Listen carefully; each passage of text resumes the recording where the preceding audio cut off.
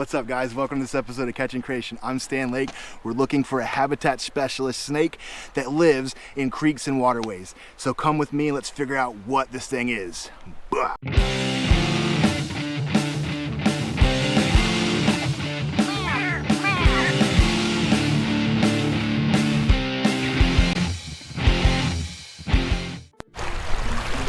drove an hour to find one species of snake. It is a habitat specialist and it is a prey specialist. Do you have any guesses what it would be? It lives under a rock at the edge of the creek. We may or may not have found one. Come check it out. It's like right by land.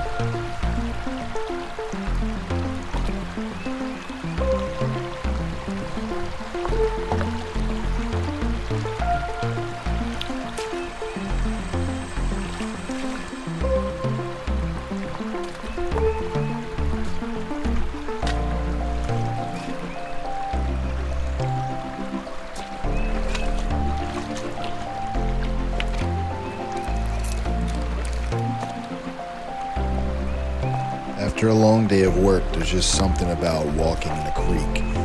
Even if I can't hold on to salamanders long enough to show you, it's still great just seeing things in the wild and not from behind a cubicle desk or a computer screen. Wow, nature rules. Show my strength.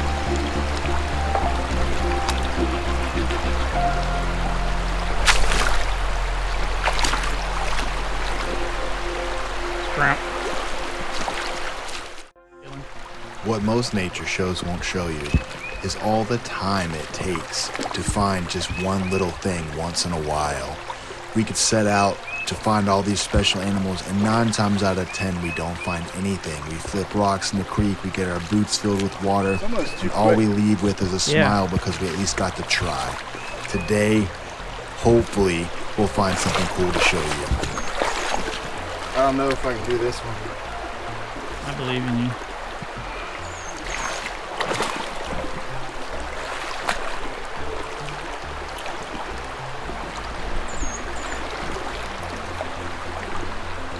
It's not a Helgramite, is it? It is, but I can't remember what they turn into. Dobson fly.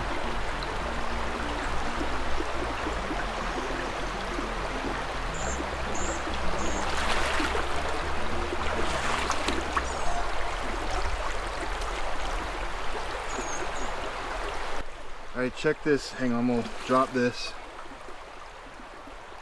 Hey. All right, check this evil looking animal out.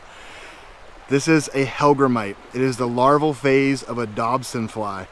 They are great fly fishing bait. A lot of people make flies that look just like these, but they are the larval form of a flying insect, and they'll emerge out of the water at certain times during the late spring, and other animals will eat them. When they're underwater, they seem to be pretty predatory. They have these pincers. See if they'll bite you. Yum. I think he's trying to get me. But they're pretty cool animals.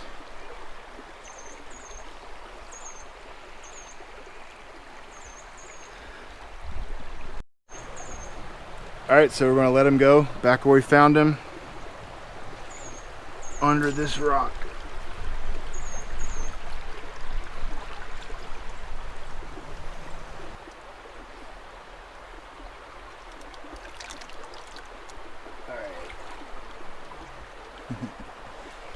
Here's the food source of what we're looking for.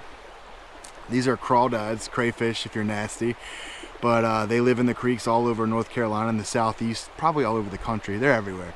They are a creek lobster. That is their Latin name because I'm making things up as I go. But they are from the order Decapoda, which means 10 legs. Technically, I think they only have 8 because some of these count as like pedipalps with the pinchers and whatnot. This one looks like it's got 2 little bitty pinchers, so maybe it's a female. Again, correct me if I'm wrong, because I'm probably wrong right now. It's been a minute since invertebrate zoology, but it's a good sign that we're finding the prey item of the animal that we're searching for, so here's hoping. It's a baby rattlesnake. See those rocks? There's like 2 different rocks. Right here? Yeah, right there. Right between them. Oh. There he is. It's a baby northern water snake.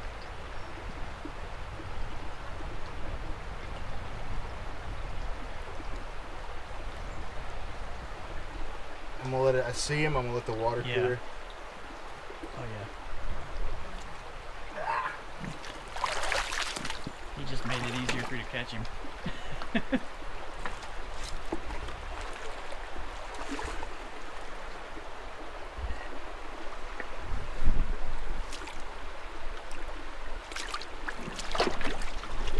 Watch out. How did we miss that? He's right there. Okay, I got him.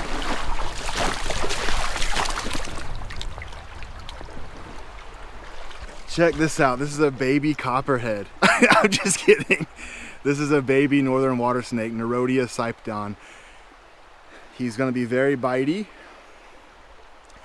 but that's his defense, and it's a good defense for a little bitty snake. They do get pretty big and girthy, but this is a aquatic snake that lives here, and they are really cool to find. This isn't what we're looking for, but I will never turn one down. It's always great to find any kind of snake that we can find. And this guy, he's a specialist. He'll eat fish, he'll eat amphibians. Sometimes he'll eat small invertebrates in the water. He's trying to bite me. He's trying to give me a kiss on the nose. But we're gonna let him go. We're not hurting him in any way. You see him flattening out. A lot of times people mistake them as copperheads or venomous snakes because they have a pattern and because they can flatten out and make themselves look like they are have a triangular head. But he is completely harmless unless you are a fish or a salamander.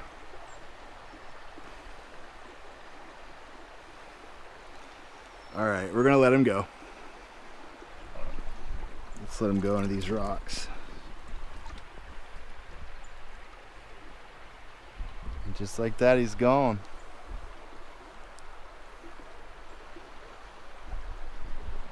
Easy dogs.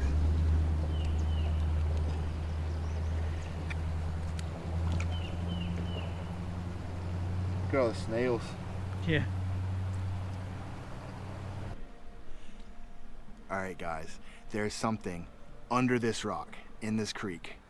I'm not gonna tell you what it is. Check it out. Get ready, because it's gonna be quick. Yeah.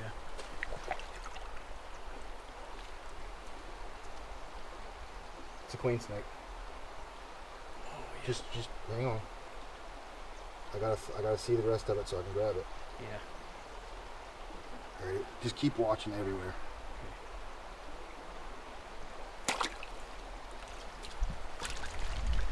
Heck yeah, this is what we came here for. This is the queen snake. Whew. Now she's pretty spicy right now, and rightfully so. They don't get much bigger than this, a little bit bigger. You can tell it's a queen snake by that cream line down her face, on the side of her face, and she's pretty much of a solid color, and she's not having a good day. Now the cool thing about these guys is they are a habitat specialist. They have to live in these clean running streams, and their primary prey source, pretty much the only thing they eat, are not only crawdads but freshly molted crawdads. So in order for them to be in a habitat, it actually has to be a really healthy, pristine ecosystem. So when you're finding queen snakes, you know that the habitat is good, that it is a clean place. Ugh, can you smell that? It smells disgusting, because one of her lines of defense, she is thrashing musk all over me like most water snakes will do. And her second line is where she's kind of showing that she wants to bite us. She hasn't bitten me yet. I say she, maybe a male, but it is throwing nasty musk everywhere. Now she can't eat crawdads that are hard-bodied. It has to be freshly molted. So that's why you'll see them hanging out along the bank, under the rocks right at the bank where the crawdads are going to be. And that's where we saw her. I saw her peek her head up under a piece of concrete, and then I flipped it and there she was. This is so cool. One more cool thing about her is these animals have live birth. So she has fully formed. There are people over there playing bad music very loud. Listen, let this be a PSA right now. If you're in the wild, if you're in a wild place and trying to enjoy nature, don't bring your shitty music so everyone can hear it, because it's horrible. And no one wants to hear this. It's bad music. It's not even good country. It's like pop garbage that some idiot robot wrote in Nashville. Anyway, They have live birth, so their babies are fully formed and ready to rock, ready to eat, ready to hunt as soon as they're born, and they go away from their parents. Do you hear that noise in the background besides the bad music? Those are American toads. Watch this other video that we just filmed about American toads breeding explosion.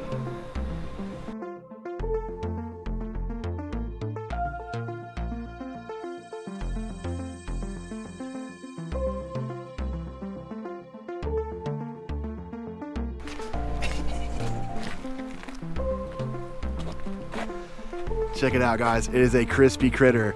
This is an American toad. It is a very flat American toad that someone ran over on this road. It's always a good reminder to pay attention to where you're driving.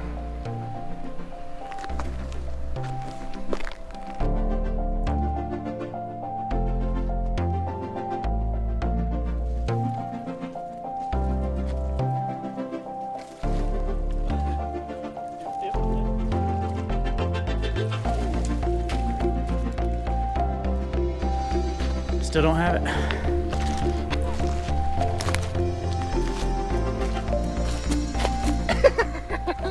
Where'd he go? I see him. He's a ninja. He is fast, but he is not faster than me. There he is. Oh wait. I spoke too soon. It's a cricket frog. This is His dance class is almost paid off. I know.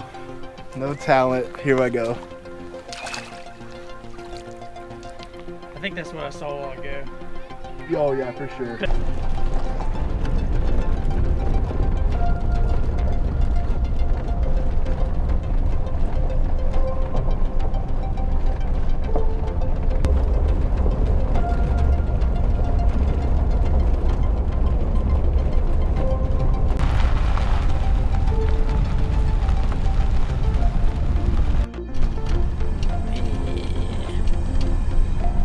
We are currently just kind of driving some back roads. We had some pretty good success for our target species, and now we are just driving around hoping that we can find something else to show you before the end of this episode.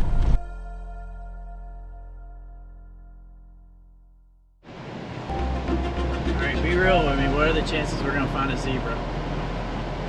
Well, they're not zero. My friend Dave used to do animal control, and he said that there was a bunch of animals that got loose down in Atlanta or something, and there were a bunch of zebras and ostriches and stuff running down the highway. So it's like, it's plausible. I won't say never. I'd say it's highly unlikely, though. Would be cool. There's a chance. Yeah. It'd be cool to find something like a mole king snake or an eastern king. Sometimes they'll be active after a quick rain. I don't know. We're seeing a lot of toads hop across the road, which is great. I just haven't wanted to pull over just for a toad just yet. Not that they're not important, but if I'm going to risk, getting hit by a car, it needs to be something a little higher profile.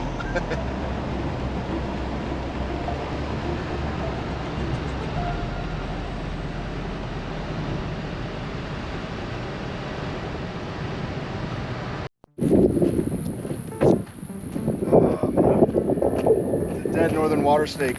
It's a big version of what we saw earlier.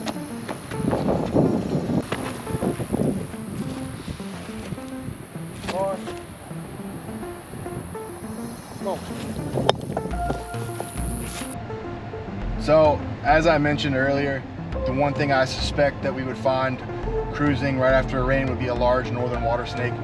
And there was one back there. I got real excited. I saw it was on the side of the road. When I pulled back, it was dead. Somebody had hit it. It was a huge northern water snake, a large version of the small snake that we found in the creek earlier. It's just a shame. It's unfortunate. It happens. Sometimes it's hard to avoid when you're driving, especially when it's raining. You just can't see them crossing the road. Sometimes people do it maliciously. Hard to say if that was done on purpose or not. So let's just hope that someone didn't do it on purpose and it was an accident, but it's still a shame. If you've liked what you've seen so far, please remember to like this, share, subscribe, all that stuff that you all know how to do already, because YouTube's been around your entire life. As always, thanks for watching. This has been Catching Creation, and holla if you hear me.